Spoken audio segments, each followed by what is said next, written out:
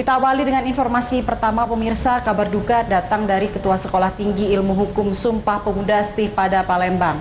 Ibu mertua dari Firman Friadi Busroh wafat di Dusun Kota Agung tanggal 7 Mei 2022 pada pukul 4 pagi dan dikebumikan di pemakaman pribadi kawasan Gandus, Palembang.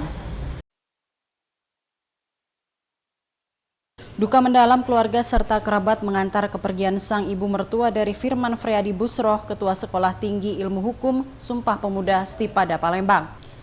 Sang ibu mertua Susmiati wafat di Dusun Kota Agung 7 Mei 2022 pada pukul 4 pagi dalam suasana berlebaran dan tiba di rumah duka pada pukul 10 pagi.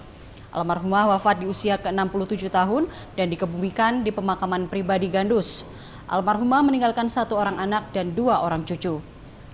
Firman Friadi Busroh mengungkapkan kesedihannya akan kehilangan sosok ibu yang sangat mengayomi keluarga.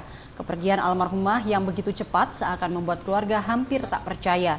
Bahkan pesan hidup dari beliau hingga saat ini masih sangat terngiang, yakni teruslah berbuat baik dan membantu sesama.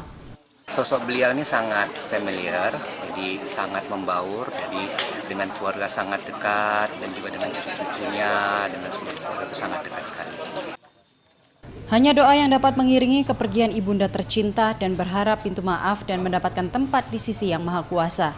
Dari Palembang, Erwin Setiawan, iNews melaporkan.